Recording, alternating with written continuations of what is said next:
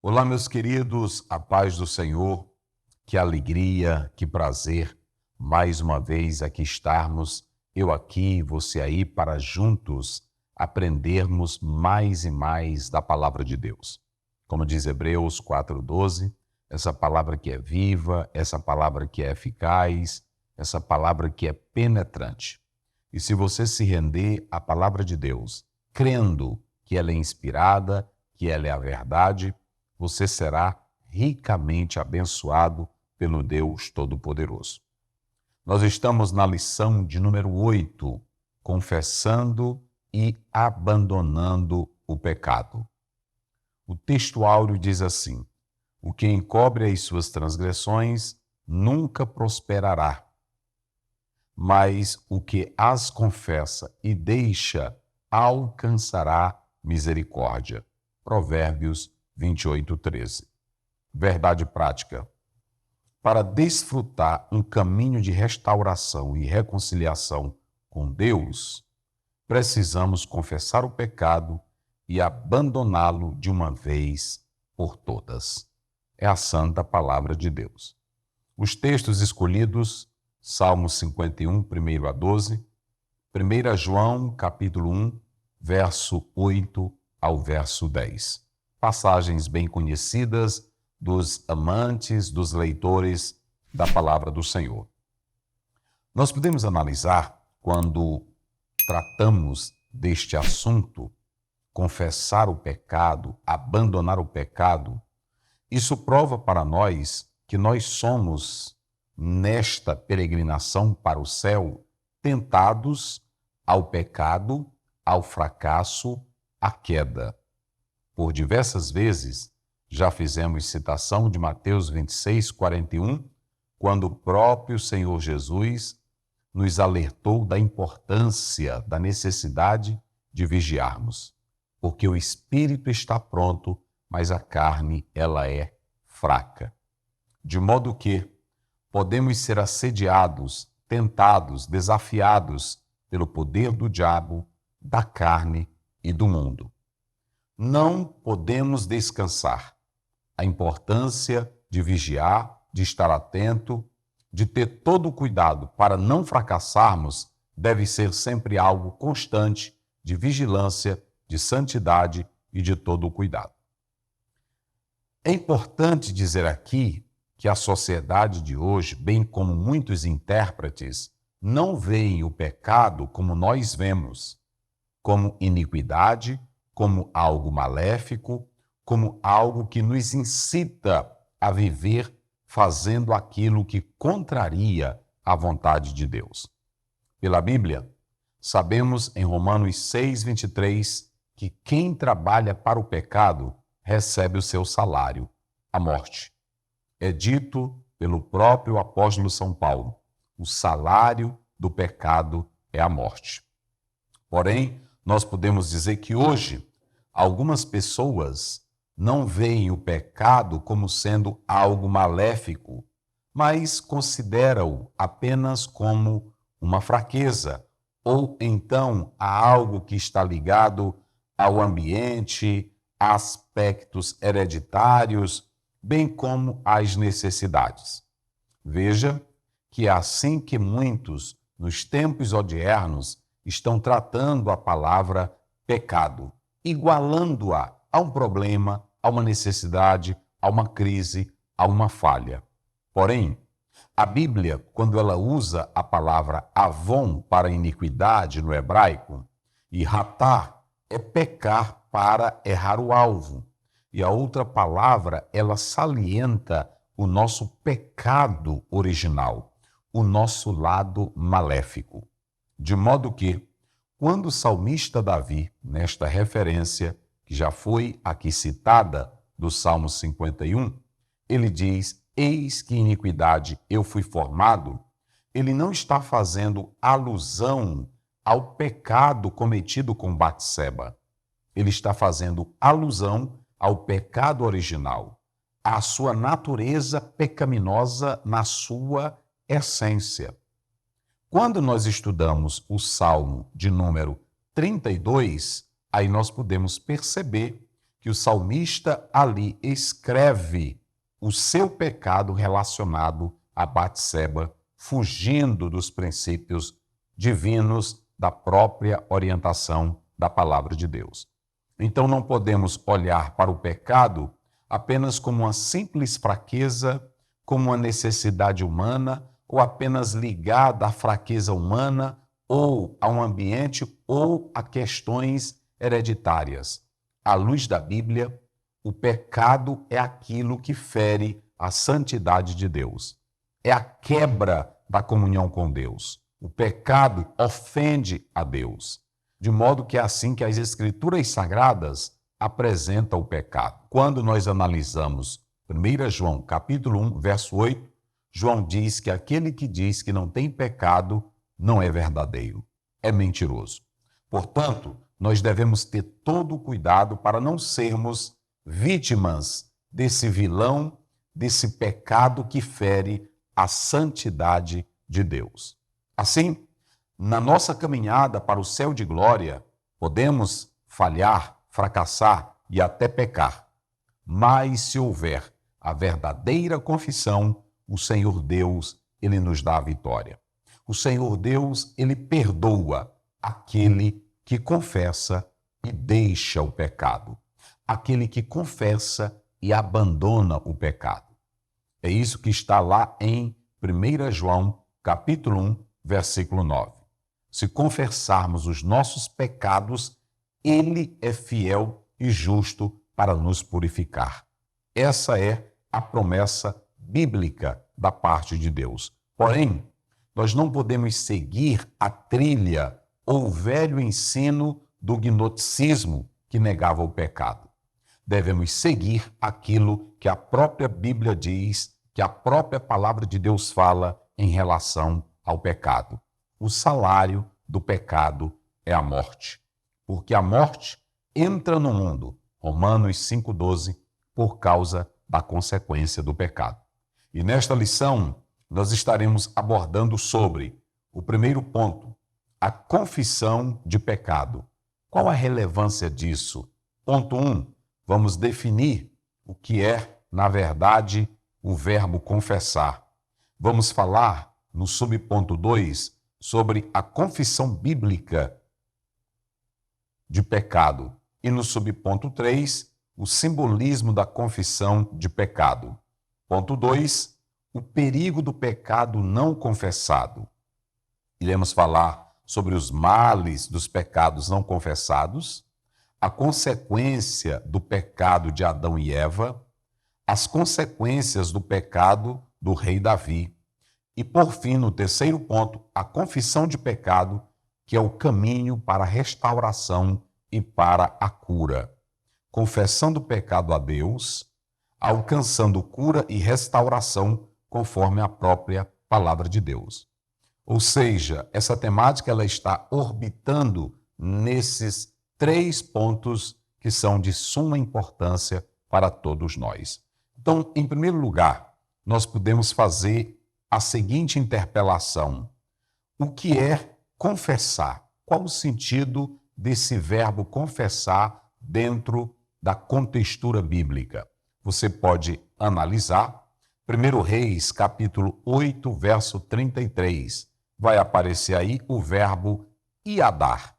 Esse verbo iadar no hebraico, ele tem o sentido de confessar ou confessar o nome de Deus.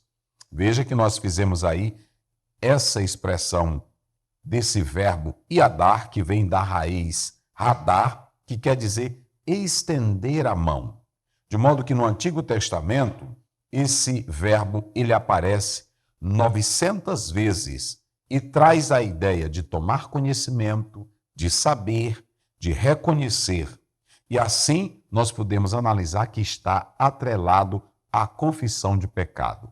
Isso nós podemos perceber lendo o Salmo 32, você que tem a sua Bíblia, vamos ler comigo. Salmo 32, verso 5. Olha o que a Bíblia, a palavra de Deus, nos diz. Confessei-te o meu pecado e a minha maldade não encobri. Dizia eu, confessarei ao Senhor as minhas transgressões e tu perdoaste a maldade do meu pecado.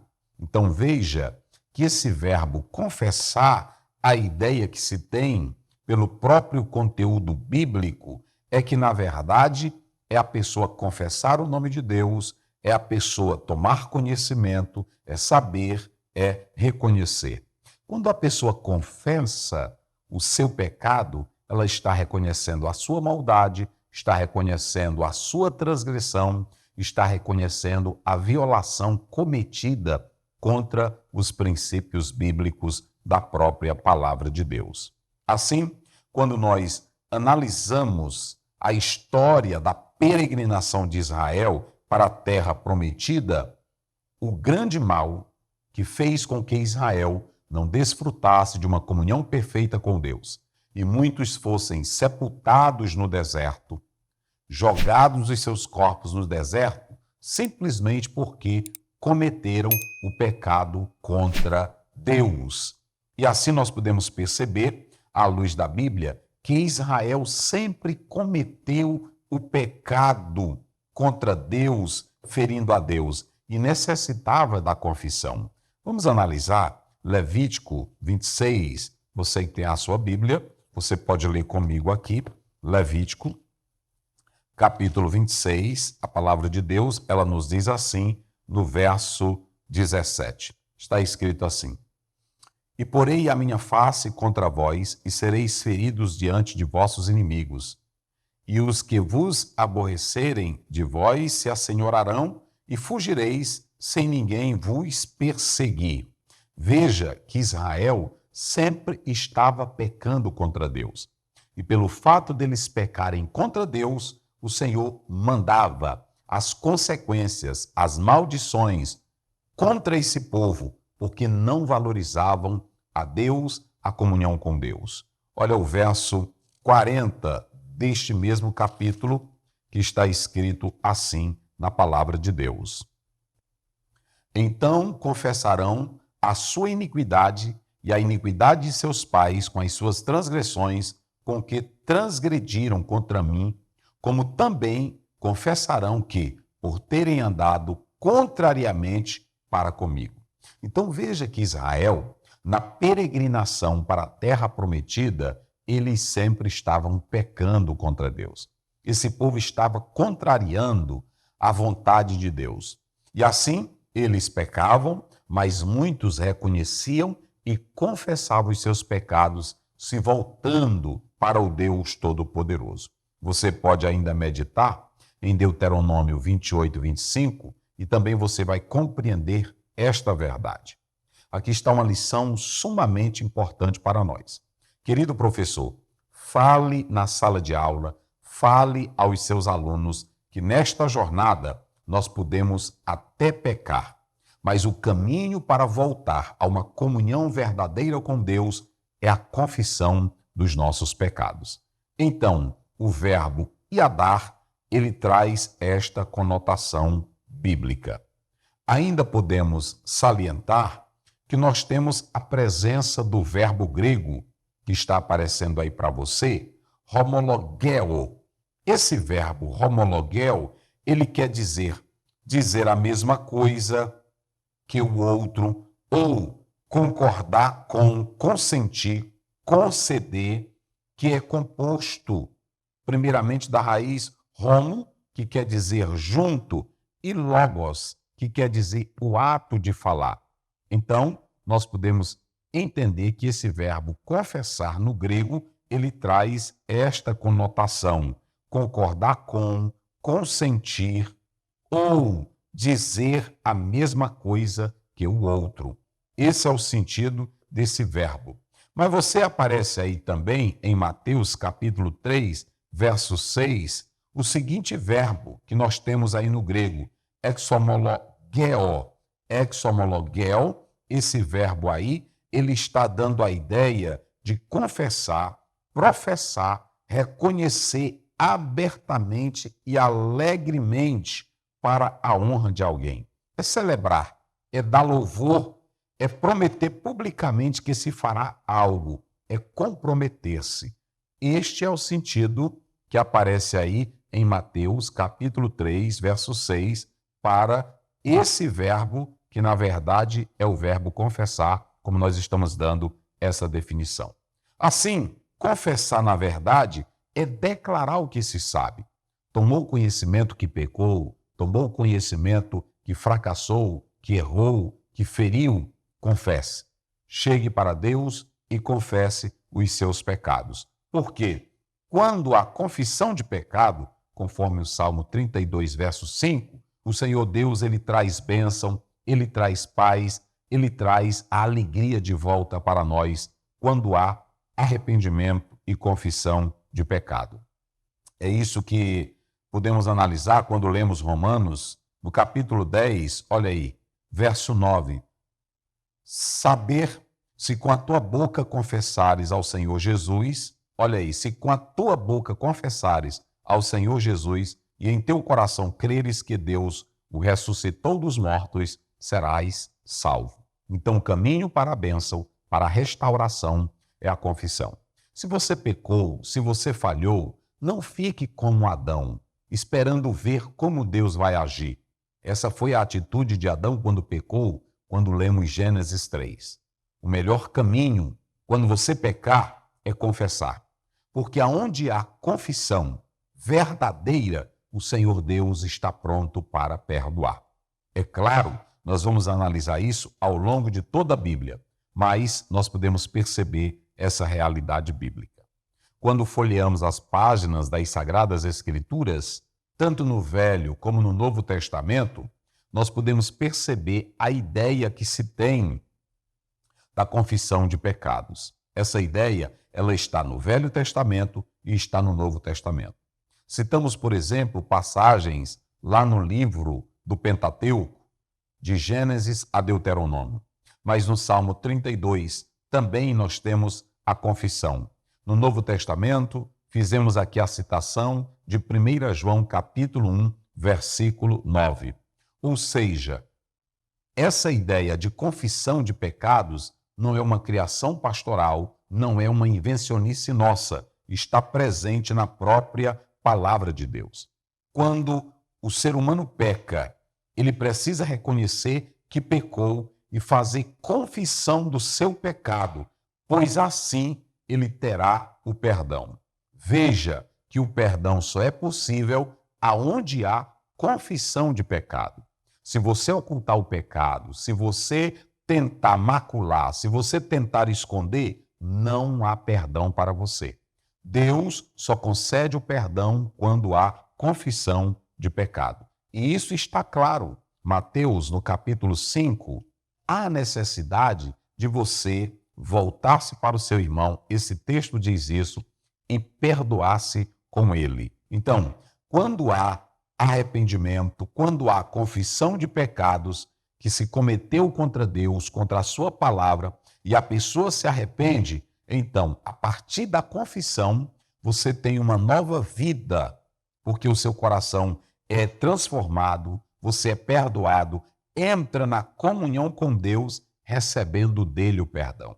Isso está em Neemias capítulo 1, verso 6, Salmo 66, 18, Lucas 18, ou seja, quando você lê do 9, 14. Aonde há confissão, o Senhor Deus, ele traz uma nova vida, uma nova restauração espiritual para você. Então, reconheça o seu pecado. Não esconda. Pecou, meu querido irmão. Confesse. Confesse o pecado. E o Senhor Deus, ele vai te dar vitória. Talvez você me pergunte, pastor Zéu, e quais são os males dos pecados não confessados? Não precisa tanto rodeio. Quando você olha para Gênesis, você vê que o pecado de Adão, quando eles não confessaram, trouxeram grandes consequências para as suas vidas. E uma delas está em Gênesis 3, verso 24. O que foi que aconteceu com esse casal? Logo que eles pecaram, olha aí a passagem bíblica, Gênesis 3, 24, diz assim: e havendo lançado fora o homem, pôs querubins ao oriente do jardim do Éden, e uma espada inflamada que andava ao redor para guardar o caminho da árvore da vida. Olha a primeira consequência. Perderam a paz do jardim, perderam de viver naquele ambiente tão agradável. É isso que o pecado faz. O pecado rouba os teus privilégios. O pecado tira a tua paz. E o pecado não confessado, ele vai gerando morte. São os males dos pecados não confessados. Você pode observar o pecado na vida de Davi, segundo Samuel capítulo 12, verso 10 a 12. Quando você atenta para esta passagem bíblica, veja que a partir daquele momento que Davi pecou e não confessou os seus pecados, grandes consequências vieram para a sua vida, para a sua casa, para a sua moral. Querido irmão, nós devemos levar a sério isso, porque quem trabalha para o pecado recebe o salário do pecado. Observemos essa passagem bíblica de 2 Samuel, você que tem a sua Bíblia, no capítulo 12. Vamos ler essa passagem bíblica, 2 Samuel 12, 10. Olha o que diz a palavra do Senhor. Agora, pois, não se apartará jamais da tua casa, porquanto desprezaste e tomaste a mulher de Urias, o heteu, para que te seja por mulher. Assim diz o Senhor: eis que suscitarei da tua mesma casa o mal sobre ti, e tomarei tuas mulheres perante os teus olhos, e as darei ao teu próximo, o qual se deitará com tuas mulheres perante este sol. Porque tu o fizeste oculto, mas eu farei este negócio perante todo Israel e perante o sol. Então veja que com o pecado de Davi, Davi escondeu o seu pecado. Ele não confessou o seu pecado. Veja bem, foi preciso Natã fazer uma parábola, uma metáfora e falar ao rei, de modo que ele se encolerizou, ele tentou agir e o profeta disse: tu és este homem. Veja bem, ele não confessou. Na verdade, ele foi impactado e depois que a verdade foi revelada, então ele confessou o seu pecado. Mas as consequências não deixaram de vir para Davi. E nós podemos perceber que quando lemos o Salmo 32, o seu pano de fundo está ligado a esse capítulo de 2 Samuel, capítulo 11 e o capítulo 12, revelando, na verdade, o senso de culpa que marcava e que marcou o coração de Davi, porque Davi ocultou seu pecado. Estudiosos dizem que ele fez isso por aproximadamente quase um ano, o que resultou para Davi em enfermidades morais, enfermidades físicas, aflição física e dores que o levaram a gemidos. Veja que o pecado não confessado gera uma culpa tremenda. O pecado não confessado derruba a tua moral. Dizem que Absalão se levantou contra Davi porque ele percebeu que o pai não era mais aquele homem de uma moral bem estabilizada. Não adianta, queridos. O perdão vem de Deus, mas quando se peca e isso se torna conhecido, a moral ela é abalada.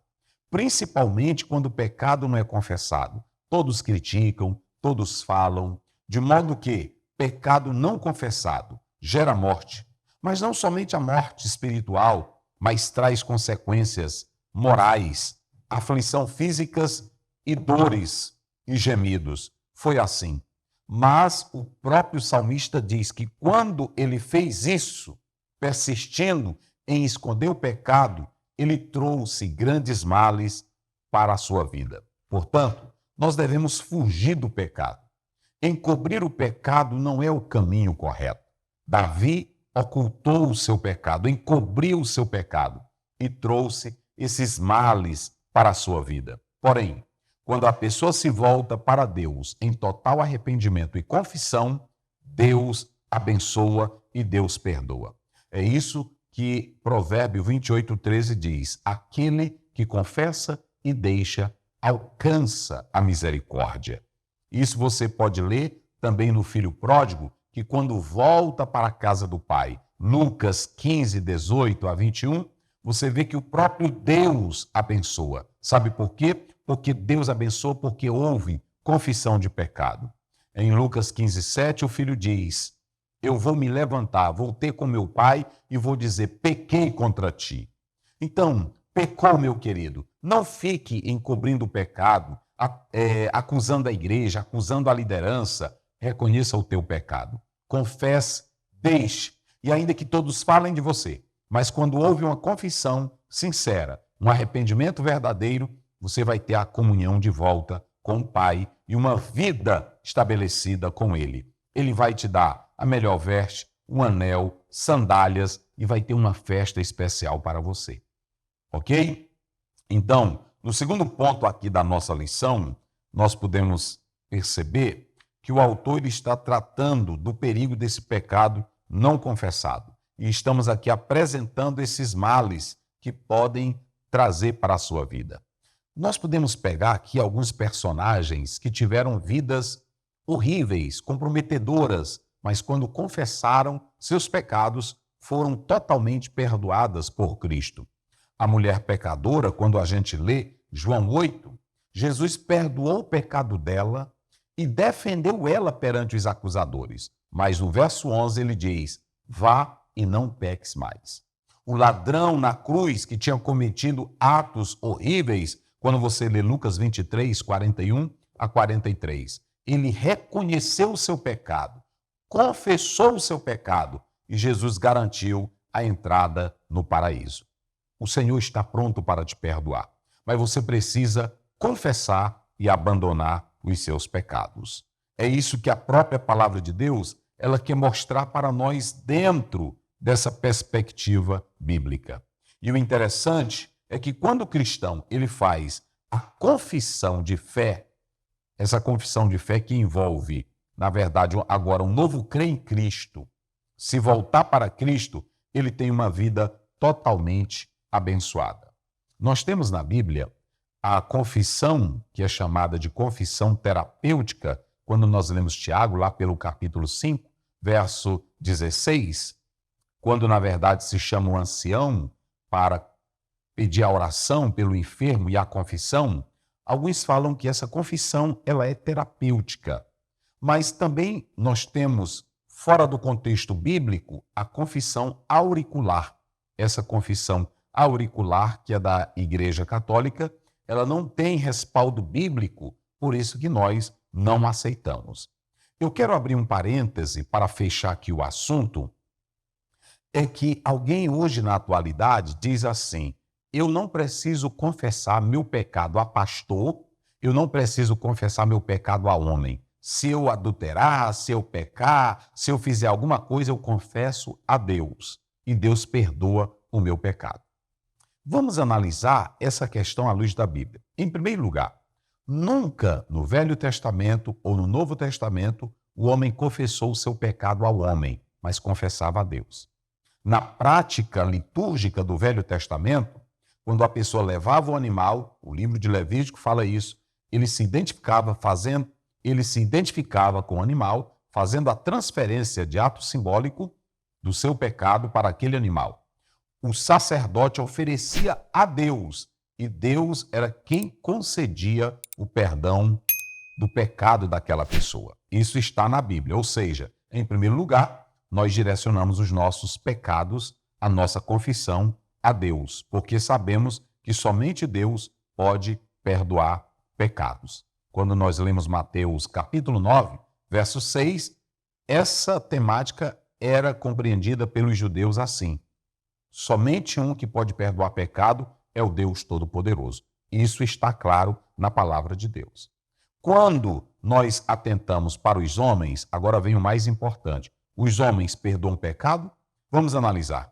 Quando nós lemos Êxodo 32, 30, a Bíblia diz que Moisés, ele chegou e vendo o povo em pecado, ele diz, quem é do Senhor, venha para cá. Ou seja, Moisés, ele tinha autoridade para fazer aquele ato de perdão do povo. É isso que está no 32 de Êxodo. Quando nós lemos o Salmo 106, verso 23, Moisés foi colocado por Deus na brecha para livrar o povo da ira divina. Veja que Deus trabalha com homens, ok? Nós precisamos atentar para isso. Agora, quando nós olhamos para Pedro à luz de Mateus 16, 18, 19, nós compreendemos claramente que Pedro foi um apóstolo escolhido por Deus. Ele não foi o primeiro papa, ele não recebeu poder para perdoar pecado, não. Como ele recebeu autoridade para continuar o trabalho de Cristo, em Mateus 18:18, os outros apóstolos também eles receberam. Agora, quando nós lemos Mateus, vamos lá para o texto bíblico, Mateus capítulo 10, verso 40, olha essa passagem bíblica, Mateus 10, verso 40. Quem vos recebe, a mim me recebe, e quem me recebe a mim, recebe aquele que me enviou. Ou seja, todos os escolhidos por Deus, através de Cristo, foram escolhidos, foram colocados para representarem Cristo aqui na terra. Ou seja, quando um membro se dirige ao pastor para confessar o seu pecado, o pastor se junta com o crente naquele ato de confissão que ele está arrependido e ora a Deus entregando aquele crente ao Pai eterno. Porque o homem aqui na terra, o pastor, o líder, o escolhido, ele foi colocado para representar Deus aqui neste mundo. É claro, se você pegar Atos capítulo 10, o anjo não orou pelo Cornélio. O anjo não declarou que Cornélio estava perdoado. Sabe quem fez isso? O próprio anjo diz, manda chamar a Pedro. Efésios 4, 11, 12 deixa claro que Deus colocou homens nesta terra para lhe representar. Assim como colocou Moisés. Em Êxodo 7:1, Moisés é chamado de Deus. Por quê? Porque ele estava assumindo a responsabilidade colocada por Deus. Um pastor comprometido, um homem de Deus, é colocado à frente da igreja para representar a Deus. Então nós não podemos desprezar a liderança. Basta você ler Hebreus capítulo 13, o verso 17, e compreender que a liderança ela foi colocada por Deus para o nosso bem. Assim, quando um membro confessa o seu pecado perante o pastor e o pastor leva a restauração dele perante a igreja, todos passam a viver em comunhão e a igreja tem uma paz verdadeira. Querido irmão, eu quero te dizer, o caminho para a cura, o caminho para a restauração não é encobrir o pecado, é confessar. Confesse e deixe e o Senhor Deus te dará a vitória. Não tente encobrir, não tente passar a mão, não tente esconder. Se você adulterou, se você fez um pecado grosseiro e vem escondendo, e você tenta dizer, eu vou falar só para Deus, não é este o caminho.